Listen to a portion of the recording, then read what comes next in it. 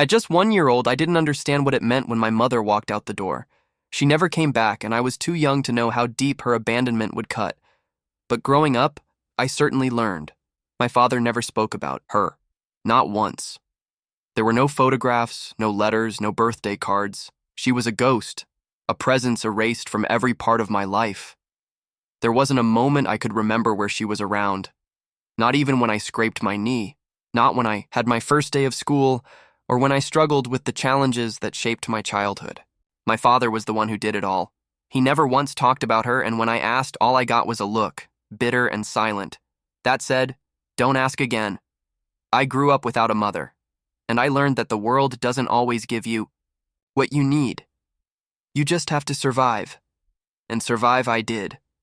As I got older, my father's lessons became the foundation of my life. Hard work, loyalty, and the drive to always do better. He didn't sugarcoat life for me, but he taught me how to build something solid. And when he passed away from a sudden illness when I was 30, I was left with only one thing: our family land. That land, a small stretch of rural property where I'd spent my entire life, was all that remained of my father's legacy. It wasn't much in terms of monetary value, but to me it was everything. It was my connection to him, the place where his memory lived on, where we had shared our quiet moments. I tried to live a simple life after he died. I kept to myself, focusing on my work as a mechanic, a job I took pride in. I lived quietly in the house my father had built, holding on to the past, knowing that one day the land would be mine to carry forward. But 5 years later, she showed up. Her name was Lillian, my mother. The woman who had left me without a second thought, who hadn't bothered to send so much as a postcard in 35 years. She waltzed back into my life as if nothing had changed. But this time, she wasn't alone. She had brought a teenage girl with her. She introduced her as my sister Marissa. I don't know what I expected when I saw her. Maybe some sort of apology. Maybe even some acknowledgement of the years of pain she had caused. But no. She looked the same as the last time. I'd seen her, except now she was wearing expensive sunglasses and carrying a designer handbag. Marissa, the supposed sister I had never known, stood beside her, looking lost and confused. "This is your sister Marissa," Lillian said, her voice smooth, as though we were meeting after a long vacation and not after decades of silence. Couldn't move. I was numb. My heart pounded in my chest, my mind racing, trying to piece together what was happening. After 35 years of silence, this woman had the nerve to show up at my doorstep and act as if she had every right to be here.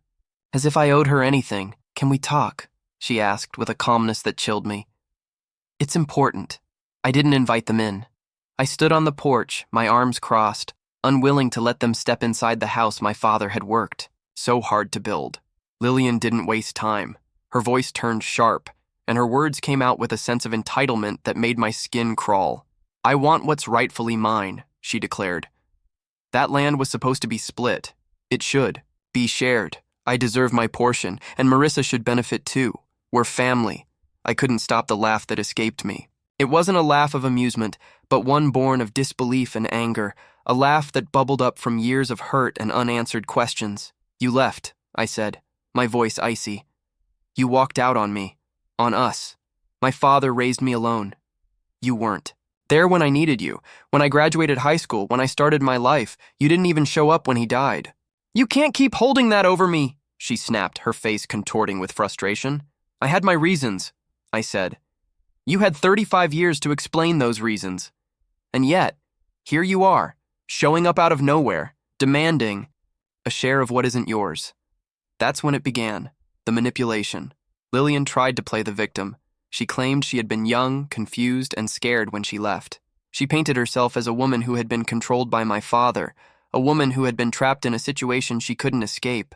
She started to cry right there on the porch, her tears fake and rehearsed. "Damien, I'm sorry," she sobbed, her voice trembling. "You have to understand. I did what I had to do. But I didn't buy it. Not for a second. You don't get to come back after 35 years, cry a few tears, and expect me to hand over what my father left me," I said, my voice growing colder. "You don't get to rewrite history." But she didn't back down. Instead, she sent lawyers cease and desist letters, legal threats. She tried to claim that the land was marital property, that as my father's wife, she was entitled to half. She forged old documents, trying to create doubt where there was none. I wasn't fooled. I had my father's will, a legally binding document that clearly stated the land was to be mine. There was no mention of Lillian, no clause granting her anything. But Lillian wasn't done. She tried a new tactic: social media. She posted photos of herself crying, telling her side of the story. She claimed that she had been cut out of her husband's will, and that I was a cruel son who refused to share with my poor half-sister. She made it seem as though I was the one doing wrong, that I was the selfish one, hoarding everything for myself. The hate messages started coming in, hundreds of them. Strangers from all over the world accusing me of being heartless. Even Marissa, the girl I had never known, sent me a message demanding that I stop being selfish and give her a share of the land. I couldn't take it anymore. I fought back. I posted everything: court documents, proof of my father's wishes, my entire story. I made it public. I shared the pain I had lived with for so long. I exposed Lillian's lies, showing everyone the truth. The tide shifted. Public opinion turned. I wasn't the villain anymore. I was the victim of a woman who had abandoned her son, who had come back only to take what wasn't hers. But Lillian didn't stop. She kept pushing. She sent more legal threats, more lies, more accusations. She showed up at my workplace, standing outside the garage I worked at, holding a sign that read, "Damien stole from his family." It was humiliating. I had built this life for myself, one that didn't involve her. I had no interest in her lies, in her manipulations, but she wouldn't let me be. She even showed up at a wedding I attended with friends. She had no shame. She was relentless. That's when I knew I had to do something drastic. I filed for a restraining order. The court granted it without hesitation. Lillian and Marissa were legally banned from coming near me, my property, or my workplace. If they violated the order, they would face jail time. But Lillian didn't stop. She tried to appeal. She tried to twist the truth, to manipulate the court, but the truth was too strong. The land was mine, and the judge made sure she understood that. She lost. Again. And the worst part for her? She had to pay my legal fees. But, still, she tried to turn the tables. She came back demanding that I be fair and share. But I had no more patience, no more sympathy. That's when I realized something. She had nothing left. The life she had built on lies and manipulation had crumbled.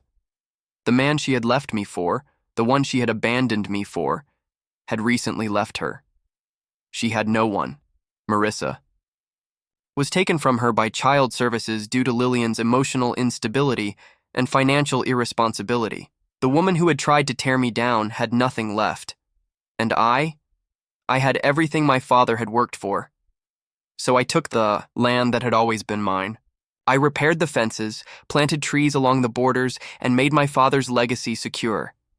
And finally, after all the years of pain, betrayal, and loss, I was free. Free from her lies, free from her manipulation, and free to live the life I had fought so hard to build. Thank you for listening.